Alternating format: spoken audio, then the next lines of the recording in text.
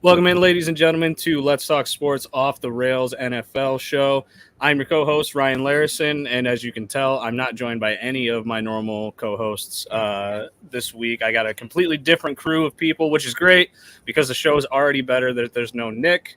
So I'm going to go round table. I'm going to introduce everybody one at a time so everybody knows who everybody is. On my, let's see, well, you'll be staring at my left. I got Bo from Football Talk with Bo. Bo, thanks for joining us today, man. Absolutely. Thanks for having me, man.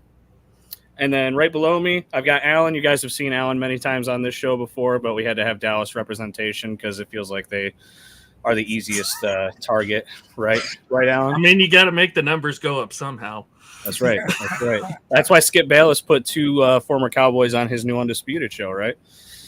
Always keep forgetting Keyshawn played in Dallas. You know, he's so forgettable. He won't let you forget about that, I promise. And then we got Big Mike down in the other corner. Big Browns fan. Dude, Mike, thanks for joining us today. This is the first time I've done a show with you and Bo, so I'm very excited. Oh, yeah. Hey, I appreciate you allowing me to come on with you guys, man. Absolutely. I got no sponsorships I need to plug today. I've got no anything else. We're just going to dive right into our we're just going to start covering NFL games today. So first game is Thursday night, regular season opener between the Chiefs and the Lions. Usually this game wouldn't be very interesting. It'd pretty much be a Chiefs landslide blowout. But now that the Lions are good, we can actually talk about it, and maybe someone will pick the Lions. I don't know if anybody's brave enough here to pick the Lions, but we'll find out.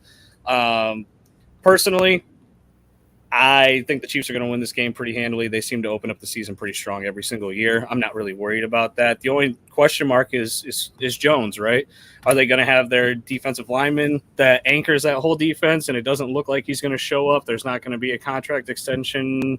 He's one of the only players that's actually holding out this season and is going to continue that into the regular season. So I don't think it's going to matter too much. I think this game could score 80 points total. That's how high-powered both of these offenses are. But I would take Kansas City to win this game, at least by a touchdown.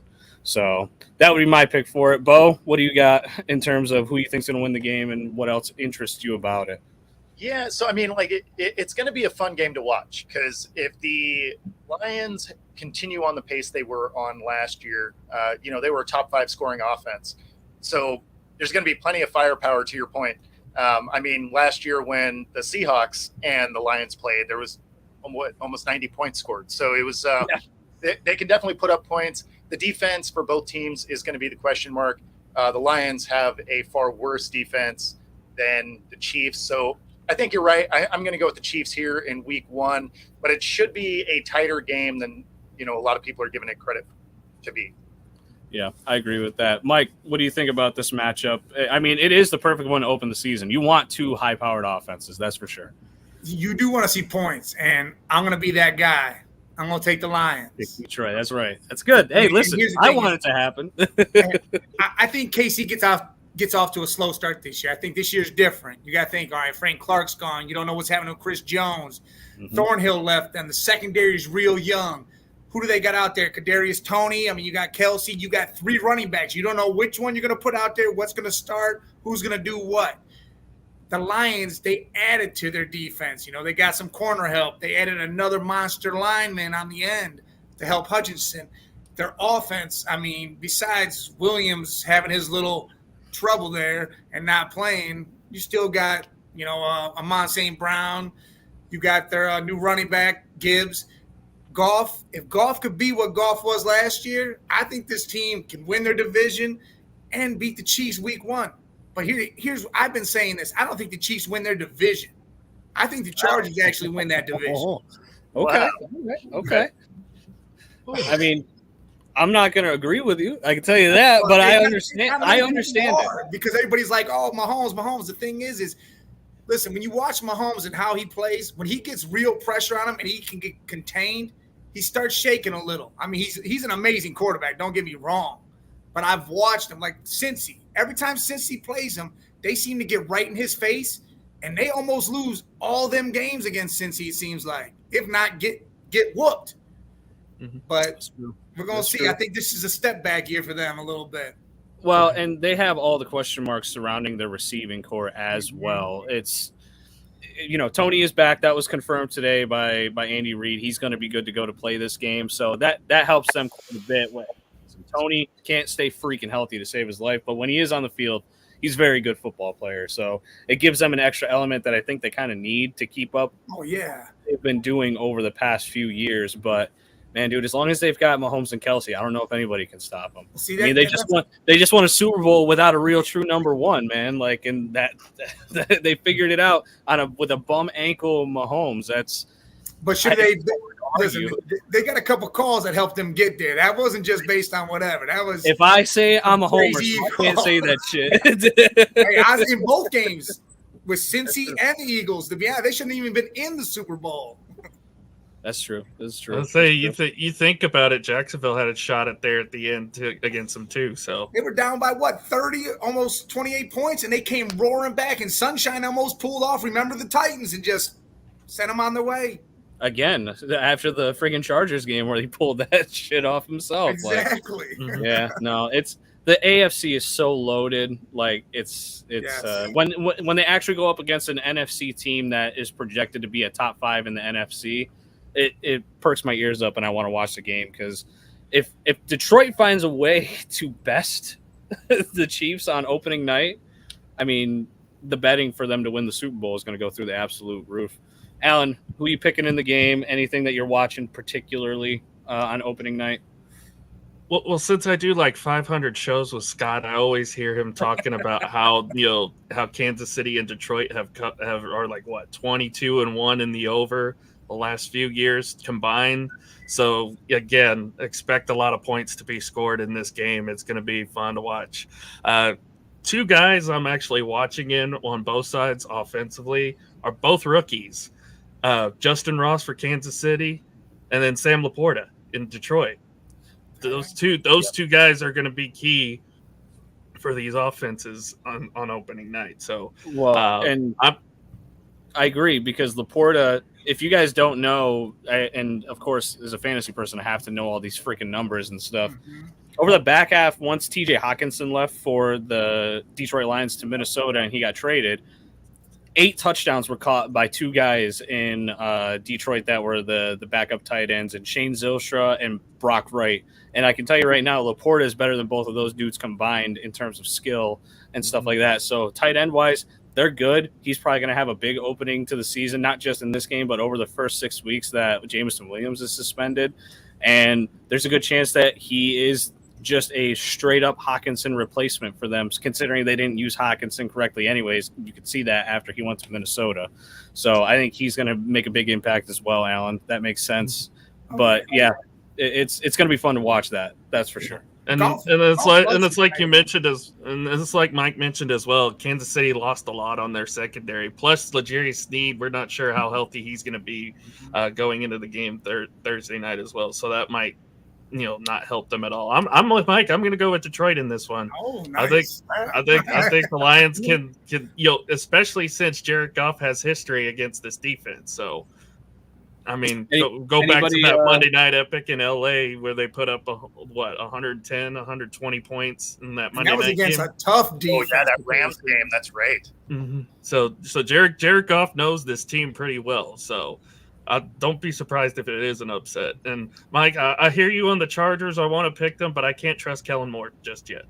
Especially not in big game situations. That's just him being bitter about it. He knows the wrong move was made. I'm sorry, but when you don't show up in 2 playoff games, you tend to be bitter. You can't put all that on him. The players still got to play. Exactly. And I also put the blame on Dak too, but I also put the blame on Kellen Moore. I mean, until last year, Dak was Tony Romo in a sense. I mean, that's what that was. Dak showed up last year in that one game, and he did everything in the world right to win that game. But I mean, again, we'll see what happens with the Cowboys this year because they better do something, because if they don't, I think Jerry Jones might sell that team to Puerto Rico or something, because he's got everything there. You have everything defensively, offensively.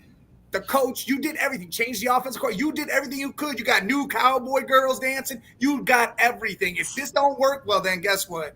Trey Lance will be out there. They'll start bringing in USFL players. All sorts of shit will happen. But I mean, our kicker's from the USFL, so Well, see, they're already starting. He's already ready. Yeah, and they we have, brought in Turpin last year, so that's another his kick returner's there too. That's from McCarthy's going to be fun. All he has to do is learn how to do this, and he's got another like 5 years on his contract. Yeah, he's not wrong.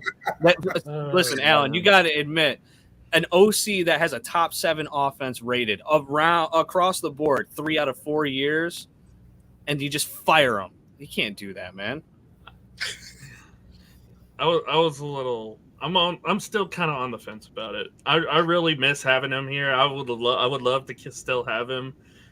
My problem is of course, when the chips are down and the big game comes, it just. Dude, but that's not just Kellen Moore. But that's just the Cowboys in general, anyway. So I think it was McCarthy a lot too, doing a lot of different things, and Kellen was being restricted.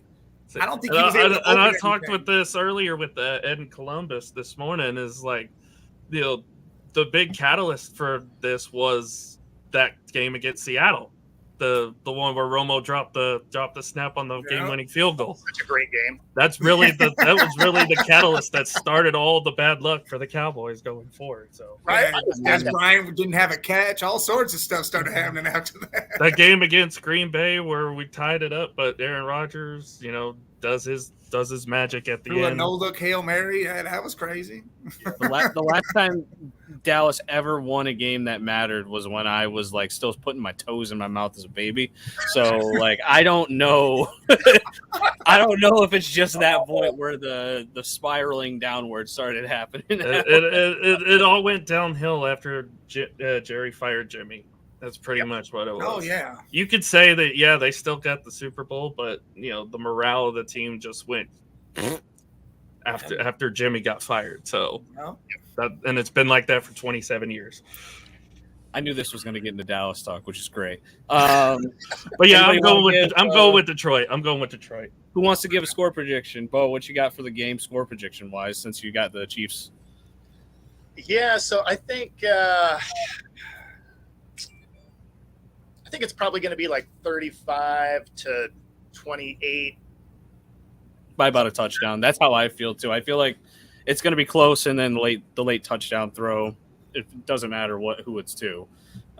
We'll just kind of set them over the top. I feel like picking against the Chiefs is like picking against the Patriots back in the day when they had their dynasty. Like I feel horrible if I ever do it. I mean, they're going to lose games. I just don't know which one I can actually pick with some confidence. I don't feel like I have any confidence to pick any team to beat them right now. But Mike, what's your score prediction for the game since you got Detroit? I'm going to go 35-31. I think Goff's going to have that late heroic touchdown to get him over the hump there. It's nice to hear Goff not get slandered for once. I like that. That's nice. Change of scenery. That's all he needed. He's done fantastic. He's done fantastic. Campbell has equipped him properly, so I'm very happy with that. Well, if you don't listen to that man, I feel like he's just going to whoop on you. You better start listening. He definitely carries around like a billy club or something.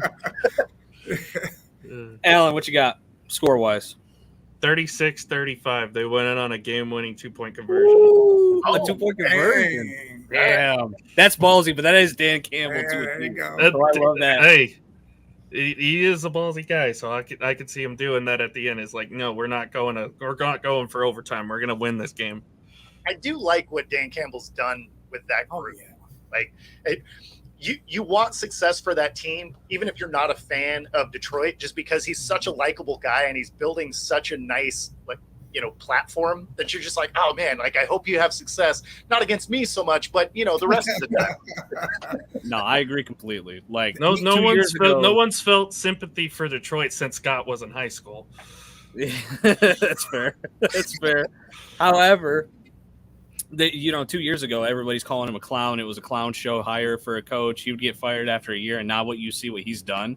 I agree with Bo. It's just awesome to see what he's been able to do as a head coach. It just shows you that you don't have to be a cookie cutter Bill Belichick type to be a really good head coach in the NFL, which is nice. It's actually why I wanted Jeff Saturday to have success. And I understand it. Like that would have been such a great slap to the face to just the whole league if he would have came in and just knocked out some wins. Like that would have been pretty awesome to watch. I mean, just don't wanna they played see the- good against us until the fourth quarter when they decided to, put up 30 points in the fourth quarter. But Right? I just don't want Irsay to take credit for anything at this point. He's driven me so nuts with Yeah. some of his decisions. now that Dan Snyder's gone, Jim Irsay's become the crazy owner. Yeah, he's always been the crazy one. He just got covered up by some other ones. Back It Up Binge podcast. Love Campbell was an intern for Miami early in his career. Wanted him to be hired. Yeah, and he was a great interim head coach for Miami. I think he did a great job when he was there. So, let's see. I can just go roundtable with you guys because I have no particular game that I want to talk about. So if you guys got any game in particular you guys kind of want to preview, I can throw it to Bo or Mike or you, Alan, and you can just pick one and we'll go through and do the same thing all over again. Any game that's over the opening weekend that kind of interests you the most? Yeah, I mean, obviously the Jets game is going to be interesting, right? Because there's a lot of hype for Monday night. And, I'm curious to see what Rodgers is actually going to look like. He's had a tendency to start out slow. That is an incredibly tough division coming into this season, or at least on paper it should be. So that game to open up the week also is going to be another one that's going to be a fun watch. It's either going to be good football or just this dumpster fire that's going to be entertaining also. Yeah, you're not wrong. I live in upstate New York. My whole family is Bills fans. I'm surrounded by nothing but Bills and Giants fans. Not a lot of Jets fans, but they came out of the woodwork over the past few months because of the Aaron Rodgers signing. So it's gotten a little annoying, to be honest with you, because they're the fair weathers. But I can't wait to watch that game, mainly to see what my dad and my brother do as reactions, breaking TVs and shit if they lose. It's just going to be really fun. But you talk about a rough opening night against Buffalo on a Monday night in front of everybody. He's also got a gauntlet for the first, I think it's 6 games of the regular season for the Jets, is a complete gauntlet, probably the toughest schedule in the NFL. After looking through everything, and that's going to tell you what is it, like Buffalo, Dallas, Miami, something like that. I can get you the 4 or 5 schedule. Contenders right at the start of the season, something like that. It is. Let me get you the actual schedule here. And then, of course, it's going to be interesting to see what the Bills do, right? Because you have the noise of the Diggs situation. You have, if you believe in the Madden curse, Allen probably gets hurt in 5 minutes, right? So That's true. My bold prediction was the Bills weren't going to make the playoffs this year. So hey, I said the same thing. I was just about to say I said that already on my podcast. I said it everywhere. Bills do not make the playoffs. All right. Bill's schedule is winnable for them, I think. So I think they're going to make it no matter what. Their division in general, their division mates have really, really tough schedules. Just to open up the first 6 weeks for the Jets, they take on Buffalo, go on the road to Dallas the week after, New England, Kansas City, Denver, Philadelphia, and then the bye week. They could realistically win 1, maybe 2 games in that because all those teams have a shot to beat the Jets. And except the Pats. The Pats are going to. The Pats are going to lose most likely. Yeah. You guys got to remember Aaron Rodgers. Now, listen, I get he's an old man, but and I agree. This is the moment. These are the moments he thrives in. He's like one of those guys. He plays up to his competition or down to his competition usually. And here it is. He's got all these big games right away. And he's got Monday Night Football, Bills right off the rip. He wants to go out there and smash somebody through the wall and say, hey, I'm not dead. I'm right here, man. And if he could tear through all that, come out even or ahead a little bit, that changes everybody's perspective of this whole thing. I legit think they're going 500 through the first 6 weeks because I think they'll lose to Buffalo. I think they'll lose to KC. I think they lose to Philly. Of course, that's going to sound like that for me, but I think those games, it's just they'll be close, but they'll find a way to probably lose towards the end of the game. But, dude, their schedule after they come out of the bye is about as winnable as it gets. So if they can come out even at 500, doesn't matter which teams they win against, then the Jets are pretty much playoff bound no matter what, in my opinion, because they got the toughest part through the first 6 weeks, the bye, and then after that, Giants, Chargers, Las Vegas, Buffalo again, Miami, Atlanta, Houston, Washington. Like, they could beat most of these teams pretty handily, in my opinion, if Rodgers looks like the Rodgers that we kind of know, not last season's Rodgers. Because if it's last season's Rodgers, they're going to have a tough time. Well, And I don't feel it's going to be that way. I mean, he's got a young I squad. agree. The defense is young and they're good. I think Robert Saleh is a good coach for him because he's amped. He's always amped. He's like Dan Campbell. He's always just ready to go out there and punch somebody in the face. So you got to think he's got his defense rolling. Now, all Rodgers got to do, he's going to get good field position a lot of the time.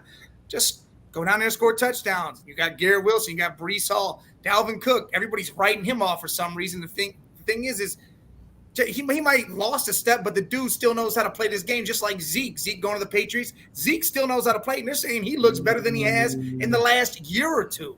I won't give it to Zeke, but I'll give it to Dalvin Cook. Zeke looks like he was running through fucking tractor mud when he was out there last. Like, I don't know. That one's going to be interesting, but he struggled except against Philadelphia. He always plays good against. He always kills Philly, and that's the perfect first game for him. He'll score 4 touchdowns against us. They'll all be 1 yard, dives into the end zone, and I'll curse his name for the rest of my life. But Ramondre will do most of the work, and Zeke will finish it off.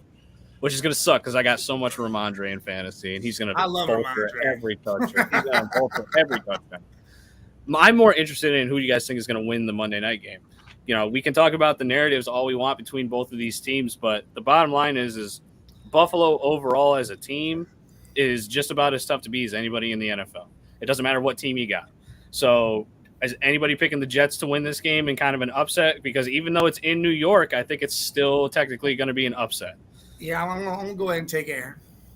I'm going to take the Jets, and I'm going to actually say they win by double digits at home.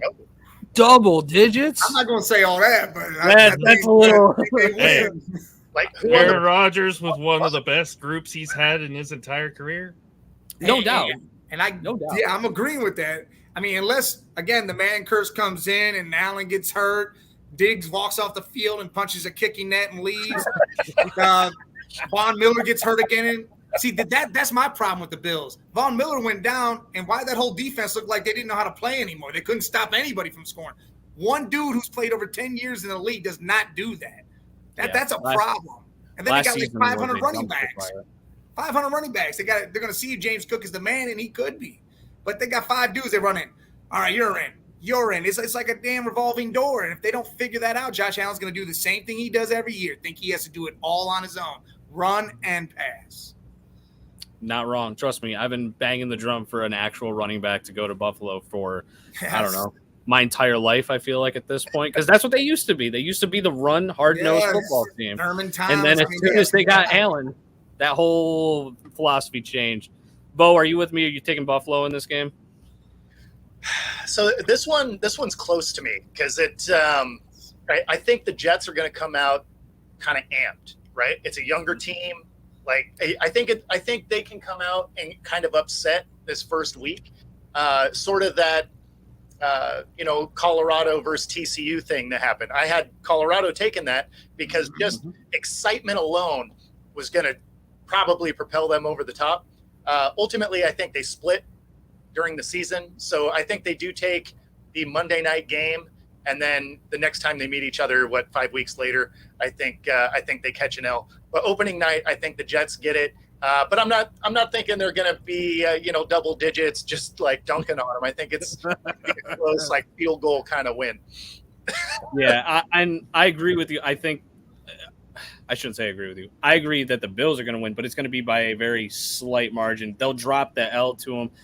They always lose a home game that doesn't make any sense, and they play Buffalo at home later in the season. That'll be the one where they kind of just catch them by surprise. It's the revenge narrative of it all.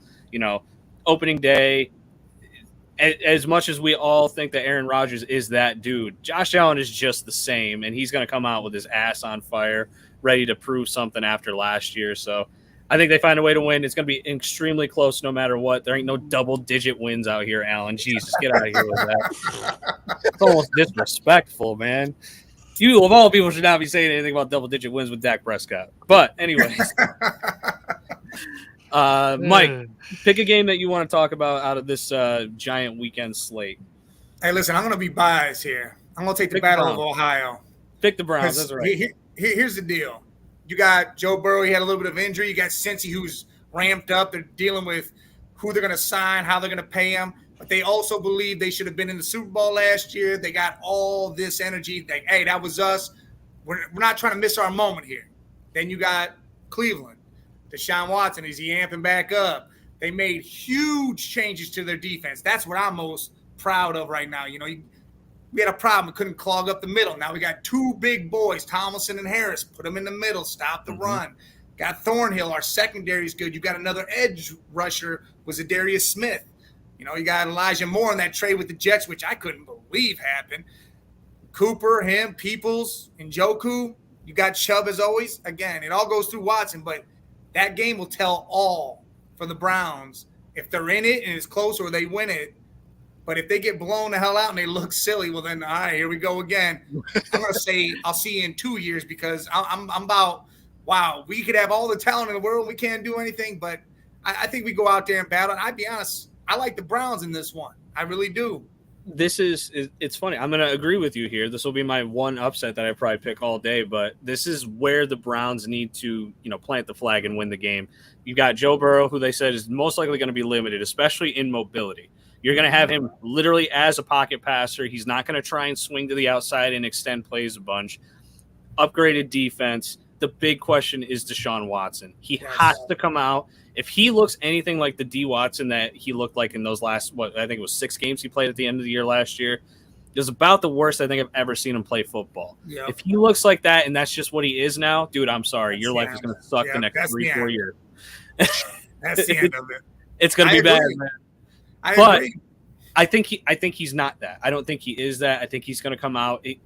I don't think he'll ever get back to prime Deshaun Watson. That's kind of hard to do, missing this much time of football and different team, different situation, the whole 9. But if he can come out and be even like 70% of what he was back when he was in Houston, I think this is the game that they can take away, because I think that they'll split this year in terms of win-loss with the Bengals. This one at home, opening day. Get it out of the way. Show that you're a competent team. I think this is where they win. It's not going to be by a ton. I'd probably give them a field goal, maybe 4 points over it. Close. But you said you think it'll split. The problem is with the split, they play in the first game and then the last game. Yeah. So you don't even know if anybody's going to be playing anybody that game. That could be a scrub game. All right, guys, go out there and just do whatever. Your guys' division, and I don't mean to take up all the time, but your guys' division is the toughest for me to predict at all. Because I think every team in that division, if they win it, you're going to look at the end of the season and you're not going to be shocked because they all have good teams. I think all of them have a good enough team to win it. They all do. It's going to be 3 come to the playoffs. I think 3 teams out of that division. I'm the same way. I think 3 of them get in the playoffs. Yeah. I feel it. It's tough with Buffalo and the Jets in Miami because I think all those teams are potential playoff teams too. So it's hard, man. I think that could be another one, but that's why I say I think Buffalo falls out because I don't think they win that division. So if they don't win it, I think it's going to be a problem, especially if the North is ramming up and it's going to be an issue. Yeah, I think you're going to end up with at least one 10-win team that misses the playoffs.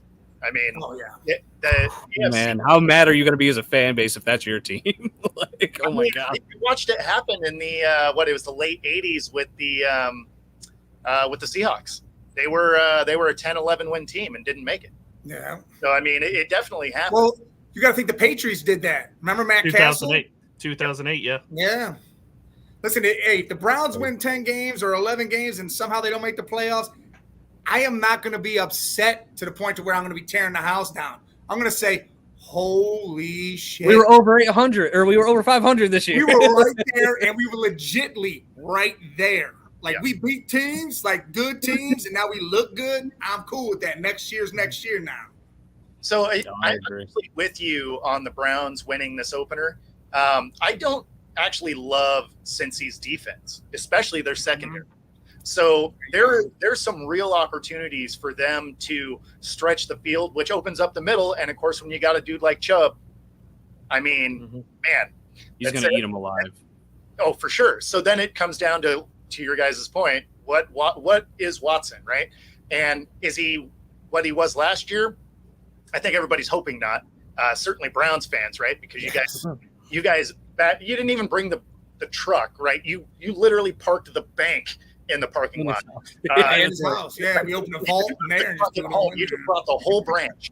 But I look at Watson the same way I look at Wilson and Rodgers, right? all three of those dudes better not play the way they played last year.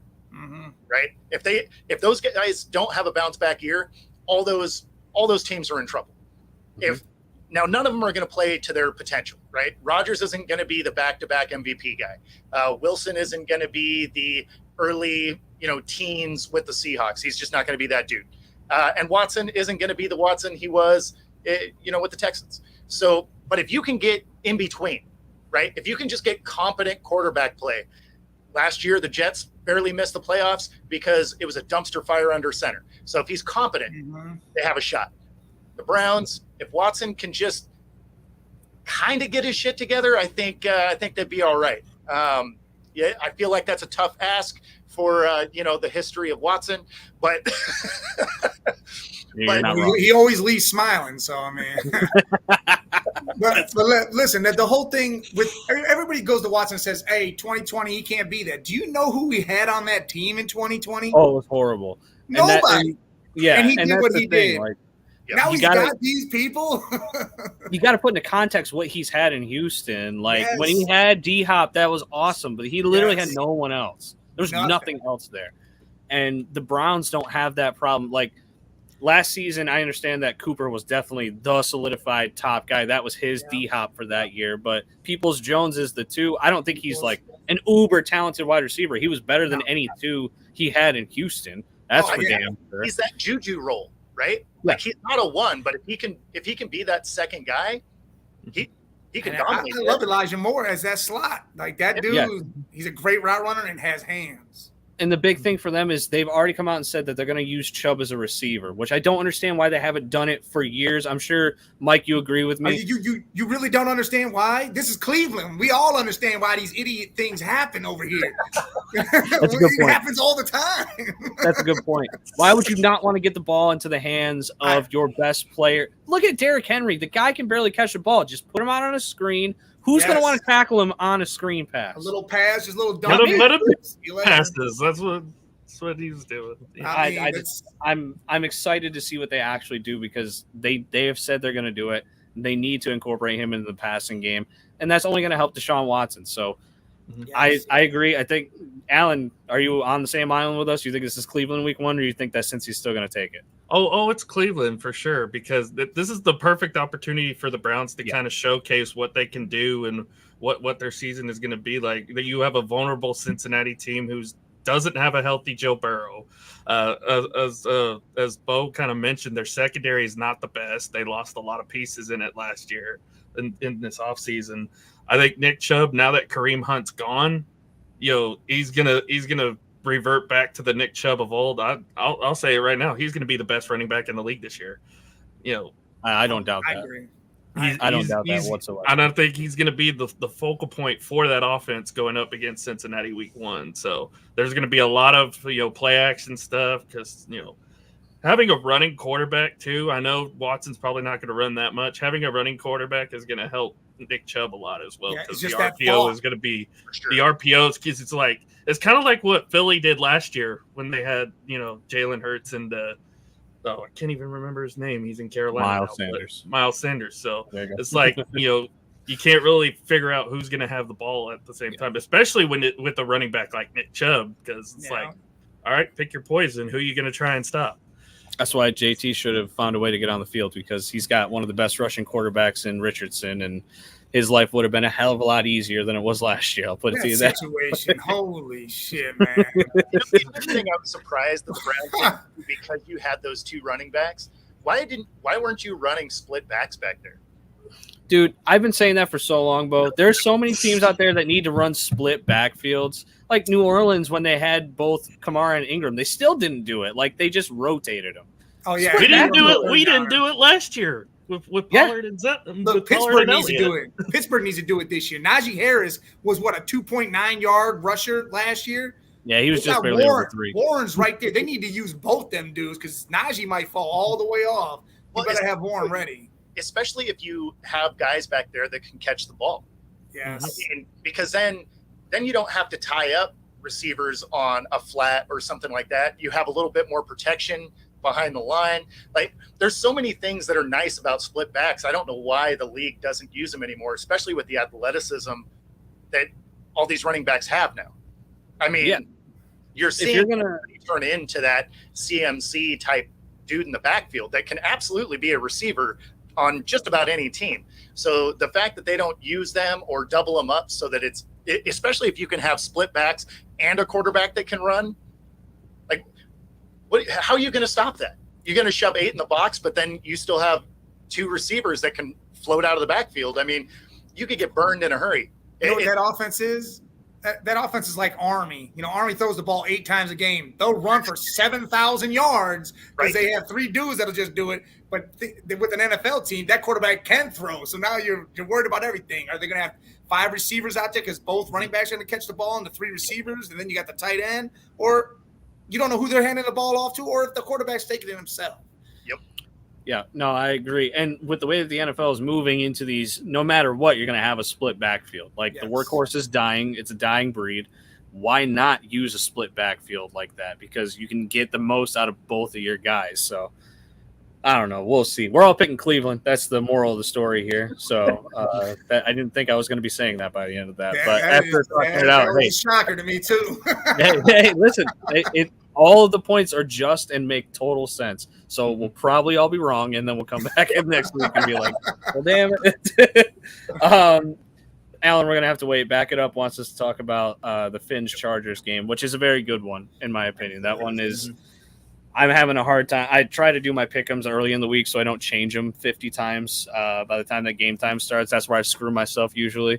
But this one I've kept going back and forth on all day pretty much. So I want to get what you guys think about this game. I think this game is going to be incredibly close. You've got about as high-powered offense on both sides of the ball, and both of their defenses are kind of uninspiring to me at the moment in terms of pass defense. Miami struggled against the pass last year, mainly due to some injuries, but they're banged up again. They don't have Ramsey, the guy they just traded for, and sure, they'll stop the run just fine, but that's not what you have to stop when you play the Chargers. They've got pass catchers at every single level. And then you got the Chargers who couldn't pass block for crap last year, and they couldn't run block for crap either. But now they're healthy, so I don't know what it's going to look like with a fully healthy Chargers defense because we've never seen it. So I'm torn. Bo, what do you think? Help me pick a team so I don't pick the wrong thing on Pick'ems this week. Yeah, so I'm leaning with the Dolphins. So some of this is just some Charger hate also because I need to admit it. I hate the way they're coached. They find ways to lose games, and I think that's what's going to happen here opening week. I think the Chargers are looking for a coach at the end of the season. They might have one with Kellen Moore. They might, but I think they're a team where they're going to waste one more year of Herbert. They're going to just miss the playoffs. But I think week 1, the Dolphins get it done because Tua's not hurt yet. And so, that's fair. I think that's how that's going to go down. Yeah, it might just be too much for the Chargers to overcome. Mike, what do you think? I know you love the Chargers to win the division, so I'm interested. So I'm going Bolts. And I'm really thinking Kellen Moore's presence and his being an offensive coordinator is going to help Herbert a lot. It's going to help that whole offense.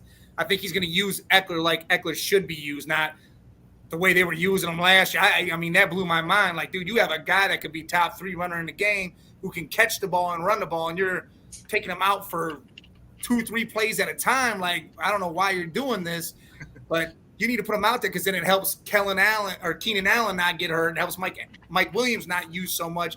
That way you can go amongst everybody. Josh Palmer coming out there, that's going to be good for him. Everett is a good tight end for them.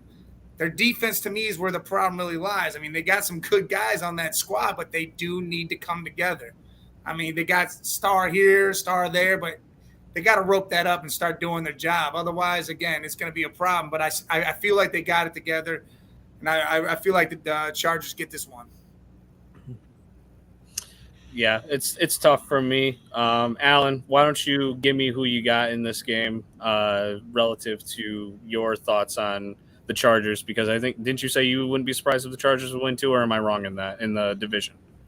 I wouldn't be surprised if they were to maybe get a playoff spot, but I think there's going to have to be a price in order for that to happen. And I think that price is Brandon Staley getting fired mid-season. I think Exactly. That's probably going to be what kind of kills them. They got a pretty tough schedule here starting out. I like Miami in this one. I think Vic Fangio is going to play a key role in getting their defense ready to go. I think it's going to be improved from what it was last year. I know Jalen Ramsey isn't out there, but I think you're going to see slight improvements already in week one, and I think they're going to do just enough to kind of slow, this Chargers team down. What boggles my mind about Brandon Staley is that he's a defensive coach, and yet his defense has been horrid the last couple of years. And it's mostly been obviously because of injury, but at the same time, it just has not worked. You got to out. supersede that when you're a defensive coach. Mm-hmm. Like you got to be able to supersede and overcome those types of things. Mm-hmm. And again, we saw it in that playoff game against Jacksonville where they blew that lead, and then the Jaguars came back. We mentioned that at the beginning. So I think Staley. I kind of agree with Bo. I think Staley finds a way to lose this game, and I'll go one better. I say Staley gets fired by the bye week, and Kellen Moore takes over as the head coach. Interesting. Which would be an interesting story because their first game off the bye week is hosting Dallas. So Kellen Moore head coaching against the Dallas Cowboys. Else, man. It writes itself. That's how it's going. I love that. And the odds right now, Brandon Staley has the second best odds of getting fired first midseason. Oddly enough, the best, Mike McCarthy. Wow. As he should be.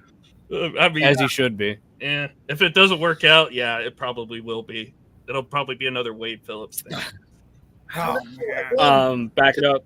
Says they're Fins fans, and they got them at 10-11 wins, and he marked this one as an L. He thinks that Bosa against the suspect offensive line on the road against the Chargers, or on the road for the Fins against the Chargers. The Chargers will win. I think I'm going to pick the Chargers in this one too. I'm most interested. I've said it all offseason that the Kellen Moore hiring was the best offensive or defensive coordinator hire of the entire offseason for any team. Perfect place to put him. He, high-powered passing offense paired with Justin Herbert and a plethora of pass catchers all across the board. It doesn't matter what position. I think they're just gonna eat, and they have the defense to supply a high-scoring game because, like we said, the defense, is wet tissue paper, and you can just poke your hole through it, poke a finger through it, and that'll be a touchdown. So I think this is going to be one of the highest-scoring games of the week, personally. But I'll give the slight edge to the Chargers. They'll edge it out by 2 or 3 points, I think. But I figured we were going to be pretty split on this one because of how dead even I feel like both of these teams are in our minds at the start of the season. He also says, great episode, gents. Appreciate that. Alan, give me the game that you want to talk about this week. And why is it Dallas? It's actually not Dallas because, that's going to be a win for you, man. That's going to be a win regardless. It's the Giants. Come on now. I mean, unless Darren Waller turns into Jeremy Shockey, I don't think the Giants are going to beat us. So, good. My game I'm really intrigued to watch. Well, actually concerns these two guys here. It's actually San Francisco and Pittsburgh. I'm really intrigued to see this game and how healthy is Brock Purdy? Is he going to be ready to go week one? Yeah. What does this new look Steeler defense look like? What is Kenny Pickett going to look like in year two? How good is George Pickens going to be? It's very intriguing to me, and I think both of these teams, obviously San Francisco is probably going to be a favorite to win the NFC West. I think, as we mentioned with Pittsburgh and the entire AFC North, anybody can pretty much win this division, and none of us would be shocked with it. So it's going to be it's a very intriguing matchup, and I'm excited to see it. Yeah, I have a tough time picking this one too. So this is a good one that you picked. I think early season, it's really just going to depend on, like you said, what Brock Purdy looks like, because I think this is going to come down to QB play. I think both of these defenses are great. Obviously, the 49ers have a phenomenal defense. They'll be able to, shut down Pittsburgh's, passing and rushing attack on most drives. But it'll also depend on what happens with Nick Bosa, too, if he's playing or not. True. Right, and this could end up being like one of those games opening weekend where it's like it's 14-9, and nobody would be shocked because the defenses are good and the offenses have a lot of question marks. Jesus, I guess I'll flip a coin. I'll just take Pittsburgh since they're at home, but I'm not going to be shocked whoever wins this game. This is going to be one of the tougher ones to pick all week. Bo, what do you think? Yeah, I think the Niners are able to get this one done with having most of their stars healthy. Obviously, with Bosa not being there is a huge hit to their defense, but their defense is solid outside of him. So I don't know that really, takes them off the rails, so to speak. Going with the name of the show here. Good plug. So, but yeah, no, I think the Niners get it done on the road just because that team really brought most of their guys back, and they showed that until they had a running back taking snaps, they could win games. So go with they can probably get this one done on the road against a young team. That's fair. I probably picked the wrong team in this one. Mike, tell me why I'm wrong. All right, yeah, I'm going Niners. And the whole thing is, again, it all does rely on quarterback play because Purdy, the injury, can he come out and do the unquestionable, unfathomable thing again that he did last year? Or does Kenny Pickett pick it up and they allow him to throw the ball to George Pickens? Because they wouldn't do that at all last year for some reason and blew my mind away. Because Pittsburgh does have a little bit of offense. I mean, they got Pickens, Deontay Johnson. I mean, you got Trash Can Harris. But that offensive line got beefed up because they had a couple players from Philly come over offensive line-wise. So they might be a little better on the offensive line. Their defense is always solid. That's never a question. Since the 70s and the Steel Curtain, it's never been a question. But I do think the Niners, no matter what, even if Purdy has a subpar game, you still got McCaffrey, Ayuk, Debo Samuel, Skittle Kittle out there. Their linebacking core, their secondary, they're so set. Even if Bosa doesn't play on that side of the ball, it's going to be a Niners win. Yeah. Plus the Steelers are looking ahead. They got the Browns on Monday Night Football the next week. You've already got them looking ahead. Looking ahead. I don't know if you can look past the Niners. The Niners is a tough out no matter who's playing them. They're looking ahead. They know the L's happening. They've already given up. They already gave up. Jeez, man, that's rough. No, you guys are probably right on that one. I'll probably change my pick on that when we get closer to it. Tomlin's already looking ahead because he knows he's going to get 9 wins no matter what. You're right. That's true. All right, I mean, I got to talk about Philly's game, right, to round it out. I think it's the most interesting of the ones that are left purely because we get to see New England without 2 defensive coordinators calling their offensive plays, right? I mean, I'm a bit nervous about this. This is my problem. I'm always nervous when I play against Bill Belichick. I mean, I've gone through my whole life with 2 Super Bowls against the man, and, we eked one of them out, but the other one will haunt me till my very death. But even though I know that my team in Philadelphia is much better than overall than what the Patriots are putting on the field, Bill O'Brien's an actual OC. He's a great OC. He's just a terrible head coach and GM. And he's got some weapons to make this work. Now, Devontae Parker, his health is in question right now. It's up in the air. If they're missing a bunch of random pieces on this, man, dude, this is probably going to be Philadelphia pretty heavily by the end of it. But I don't know. I'm going to pick Philadelphia to win, but I'm interested to see what your guys' thoughts on it because I got to hear somebody else's other than my own with my own team. All right. Well, I'll go. I didn't throw there. Yeah, go, Mike. Go ahead. Listen, New England, depending on how it all goes, it's funny. This is the first time you can look at that team and say it's a bunch of random guys together. It's not some people that you're like, oh, yeah, that team's been together for years. Nah. This team is just put together. Juju came over there. Devontae Parker was on the Dolphins a couple years ago. Now he's over there. No one knew about Ramondre Stevenson, and all of a sudden he's, last year, now he's there. You got Zeke back there. Again, their defense. I mean, I knew about him, but only because he was Oklahoma, but that's it. But, I mean, their line's good. Their defense is always somehow there. They always got something, even though it's a mix of players. It's not guys that you just can say hey, this guy, that guy. It's not the linebacking core of back in the early, 2000s with Vrabel, Teddy Bruschi, and them. It's not them guys. But Belichick being Belichick, knowing how to bring guys together and make them work. And then, like you said, Bill O'Brien, he is an OC. That is his natural position. That's like if you took a player and put them right where they should be and said, hey, like Anthony Davis for the Lakers, if you said, hey, you're a power forward, you're not playing center, that boy is going to have 30 and 10 every game. So now you put Bill O'Brien right there, and he's able to just worry about that. That's all he's got to worry about. He don't got to worry about anything else. That's what makes them scary. But can Matt Jones actually do something? I mean, he showed he had a little bit, but will he be able to do anything? I think the Eagles smack him around. I don't think this is really a game. I think they might scare you in the first quarter. You might be like, oh, man, it's only 7-zip, and then all of a sudden the Eagles win 49-10 or something. It'll be something crazy. Hey, I love the sound of that. Bo, what do you got? Yeah, so I'm kind of on that same track. I don't know that it's going to be quite that. Oh, yeah. It's going to be lopsided.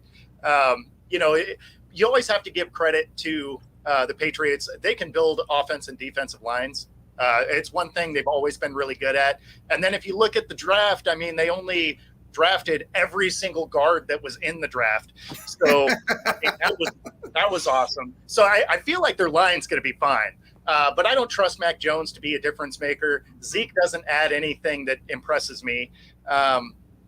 So, I mean, they'll have good line play. They'll be okay. Their defense is solid, but it's not elite or anything.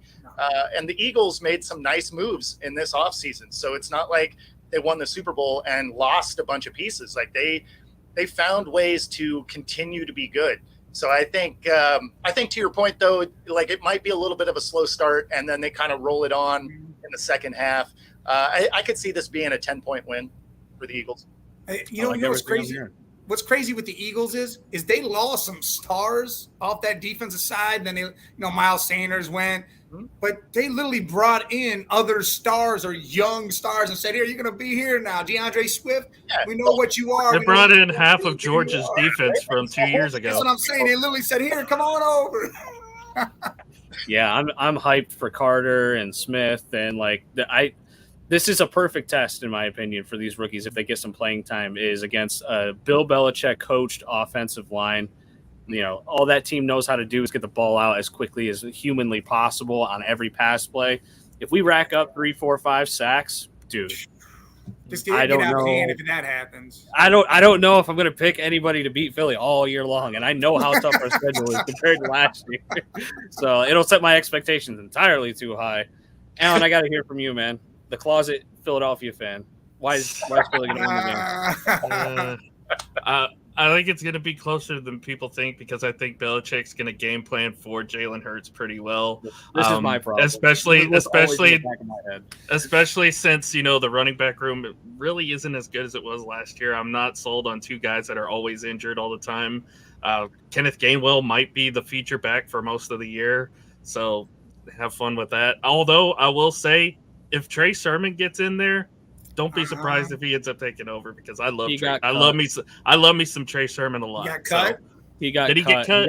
He got cut with an injury. He had an ankle injury in that last game, so they had to cut him. Yeah, Sermon always got hurt. That's why he ended up transferring from Oklahoma to Ohio State. So, I think Belichick's going to be ready. But I think the Eagles are just going to be too much for them. As Mike said, they revamped their entire defense. Half of Georgia's playing in Philadelphia right now. I still think Jalen Hurts is a really solid quarterback. He's probably going to be the best quarterback in the conference this year. Maybe even a favorite to win MVP if he plays good enough. So,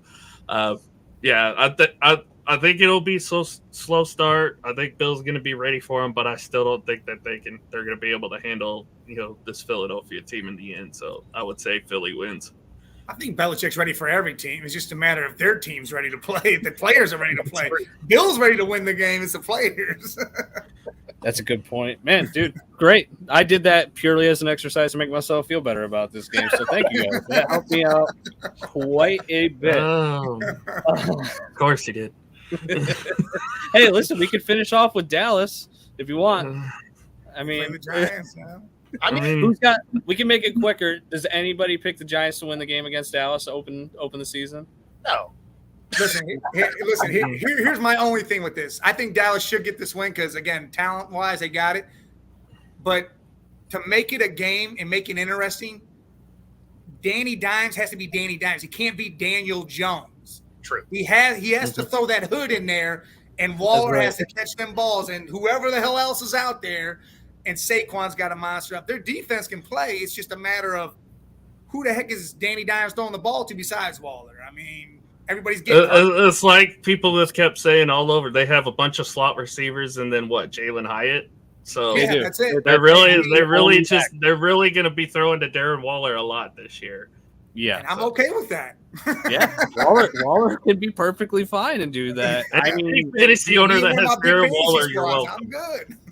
I'm good. My thing is, I think the Giants are actually going to finish last in this division. I think Washington will jump them because I'm really high. I'm really high on Sam Howell. I think he looked. When the head coach comes out and said, "I didn't know he was this good." Throughout the entire season, you know that's a problem. That's Ron Rivera. Ron Rivera doesn't know what quarterback's good. He's, they're in and out of there like a rotisserie, man. Like, he doesn't know what the hell he's doing. The funniest thing he ever said was, if I'd have known this guy was good last year, that was hilarious to me. But, I mean, Sam Howell can't play the game. It's not like he can't. I think he's got some weapons out there. Jahan Dotson's going to be scary this year. Yeah, especially Terry Dotson. What do you think is going to make the Giants take a step back? Because I don't think their team got worse. The schedule. They have a much tougher schedule than what they did last year. There were a lot of winnable games on their schedule, and there was a lot of games that they had to come back and win in. Tennessee, Baltimore, a couple examples. Now you're going against Buffalo, New York, Miami. The Patriots are still going to be tough, and then not to mention everybody in the division twice. So it's a much tougher schedule for the Giants. Daniel Jones might get exposed this year. You know what's funny I don't care how good Brian Dable does with them. I think Daniel Jones might get exposed this year. So. What's funny is all those teams you mentioned could all fall apart at some point in time. So they might actually get those wins because you say the Dolphins, Tua can get touched and be like, concussion, now he's gone. And then you got that defense that's shaky. Who knows who's going to be hurt and who's not going to be. The Bills, one player on their defense can fall. Allen can be gone. I mean, all that could be set up for the Giants just to win all them damn games. It's true. He's not wrong. I don't. So I'm not a big Daniel Jones believer, right? Like I never have been either. Good on him to have a solid season in a contract year. Awesome. Let's see you do it again. I don't know that they can. Their schedule is harder this time around, and again, I just don't believe in him. I don't believe in the hype that surrounds him. So. Plus, it bothers me that some people are picking the Giants to finish second in this division ahead of Dallas. I'm like, no. Yeah, see, I don't see that either. The only thing is, and this is why I'm definitely taking Dallas, is this game is being played in September. If it was December, it'd be a whole different story. That, like a pack of Cub Scouts is probably going to beat the Cowboys. Girl Scout cookies is over, boy. That's true. This is the Sunday night game in New York, though. No magic. You don't think any magic happens with New York to where they find a way to pull this one out of their ass? Because it's not late in the year. It's not cold. It's not. There's none of the things that help New York win in New York, right? It's a September day. It's going to be 75. Like everybody can play in that. So it's nobody's going to have like some awesome advantage in this game that the Northeast has in the middle of the winter. So yeah, I don't think it's going to be that. It's early in the year. Dallas always struggles for whatever reason after Thanksgiving. I'm not sure what the deal is with that, but it's at or around Thanksgiving. Depends on the year. The whole thing with this game. They have turkey, and you know how they say turkey makes you tired? Apparently it makes you tired the rest of the season. Yeah, Zeke ate a whole butterball every year. That's why he kind of fell off towards the end. Well, the whole thing with the Magic is, and it's like I said, if Daniel Jones comes out, then it's got to be Danny Dimes. It's got to be that swagger. He has to bring that swagger. And Saquon, again, he negotiated a contract for 1 year, so he has to play his ass off to get that money he really wants. So he's going to do everything he possibly can, and why not do it against a division foe? So, and It can happen. It just goes with Danny Dimes or Daniel Jones. So I hate defending Daniel Jones because I don't believe in him as a quarterback. The guy's never thrown more than 15 passing touchdowns in an NFL season. Like that, Duke, for God's sake. Yeah, like that doesn't scream to you. Like, and if he does well, he does well. Fine, I'll have egg on my face by the end of the year. But this is the first time I think in his career, really, where he's had a reliable target with Darren Waller. Maybe that's what is going to push him over the top if he can mix that with a fully healthy Saquon Barkley and run for 100 yards a game. Maybe that's the magic. I don't know. Another reason why I think Dallas wins this game is Micah Parsons is going to be a full-time pass rusher now.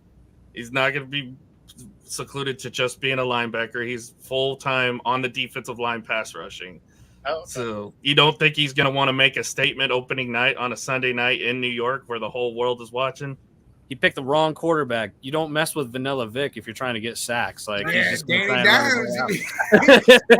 there, man. That blade of grass will get his ass, though. He'd be great. That's right. Monsters, no joke. Toughest defender he ever went up against was that turf right there, man. All right, we can end it there. I'm still picking the Giants, so just for my upset this week, I think they'll take it. But that's probably just me being a homer, and I hate Dallas. So, little face. Yeah, well. If we come back here next Sunday, Alan, I'll put you back on this show if you guys lose.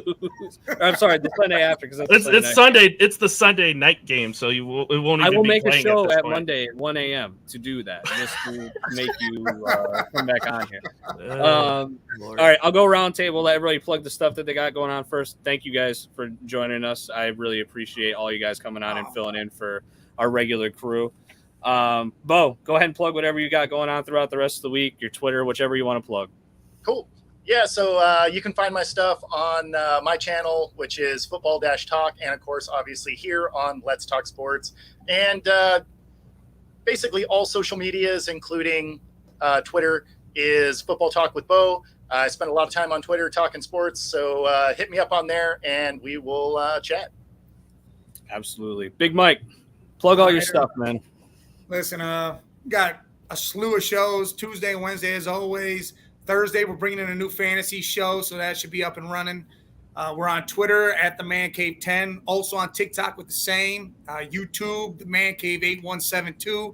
Come join us, see us. Hey, man, again, I appreciate you bringing me on here, allowing me to talk and ramble on. No, you were perfect, man. You guys all fit this show perfectly. Alan, plug your 75 shows that you got going on. Well, as Ryan said, I'm pretty much turned into Johnny Cruz at this point. I have all the shows here. You can find me all over Let's Talk Sports. Wednesdays are going to be brutal for me because I have 4 shows on Wednesday now. Got 2 roundtable shows starting this week. Going to be moderating the NFC North, the NFC South one actually, and then be hosting the NFC East one as the Cowboy rep. So that'll be this Wednesday, 4 p.m. Eastern will be the NFC South one. 9 p.m. Eastern will be the NFC East one. Baseball show on Tuesday, as we always do, with myself, Scott Cobe, and Jonathan Grishman. Plus a plethora of other shows, as Ryan mentioned, is like all over the place. I'm all over the place. You can pretty much pop onto the YouTube channel every day, and you'll find at least one Alan Perales guested show. So yeah, you don't even have to really plug. Just say go to the YouTube channel, and you'll find him somewhere. I do want to mention also Tuesday night I'm on Prove Me Wrong with Bobby G. And the topic is going to be, is Troy Aikman overrated? Yes. So, Wait, you talking as an announcer or as a football player? I don't know which one you say he's overrated as. I mean, he's both, but I just want to know as the quarterback. So it'll be an interesting discussion. I'll give you this: he's a better quarterback than announcer. That's for damn sure. Because man, dude, that is true. It is hard to listen to him talk with Joe Buck. Especially now, he's hitting that bottle a little more now. Thank God they're on ESPN and I can't watch them. That's good. All right, you guys can catch me on my Twitter at @FTP. Any of my articles and work, you can go to Rotoballer or at yardsperfantasy.com and find those. I'm officially covering both Philadelphia and the Green Bay Packers this year for Rotoballer. So if you've got Sleeper, if you've got ESPN's app, how you click on the player and you get those little news blurbs every single week, those are by me if there are any Packers or Philadelphia players. So you can check those out. Any other articles during the week, I'll have and post them to my Twitter. Thursday, Matt and I will do our first regular season fantasy football show where we'll kind of give you a breakdown of all the games throughout the week, our sleepers for the week of who you should flex, all that type of stuff, guys you should fade. And then next Sunday, same time slot. It's still going to be branded as the Off the Rails show, but it's basically going to be us recapping all of the stuff that happened throughout the early afternoon games, or depending on what part of the country or what part of the United States you're in, like Bo, early morning games. So whichever ones that we're going to be covering there. I was gonna say, have they figured out who's doing what yet this year? I mean, I know Dan's got the round table shows figured out. So I'm going to be hosting the NFC North on Tuesday. So Tuesday for me is actually going to be crazy. I have 6 shows on Tuesday. Damn. I got 2 on one. I got I wish I could get to that AFC point. North on Wednesday, the round table. Having 4 children gets me to 2 shows a week. I wish I could get to 6 shows in a day, man. Jeez, I could avoid everything. But my kids are all older, so I don't got to worry about that. That's true. I just got to wait a little bit. But yeah, we'll still do the Off the Rails show on Sunday. We'll just be reviewing all the games. I don't know the slate of people, so you'll just have to figure that out. I know I'll be there. It'll just depend on who else is able to show up. Might be some of these guys if they're free. Works for me either way. You guys ever need anybody? Also Tuesday night AFC East Roundtable. Dan Harris will be back on air. Oh, get out of here! Is that real? Right. Yeah, they announced it this morning on the Let's Talk Sports show. The AFC East Roundtable will be Johnny, Dan, Scott, and I think Matt, your brother. So. Oh yeah, probably. I'll have to get. I might make a guest appearance on that just so I can talk to Dan again. I might just do that. And everybody, get some prayers out to Dan. He's going through a lot of rough stuff right now. I obviously won't divulge into stuff, but prayers up for him, man. He's going through stuff that I could never even imagine. So, and still doing all this. That's the crazy. Exactly. He is. Yes, he is the engine that makes this whole thing go. And it doesn't matter what state he is in, he will find a way to make it work. Yeah. So, guys, appreciate you coming on the show. We will see you guys Thursday, next Sunday, and whenever these guys are all on their show. Pretty much every day of the week, you can go find one of us on this channel. Oh, yeah. Thanks for joining us, and we'll catch you next time.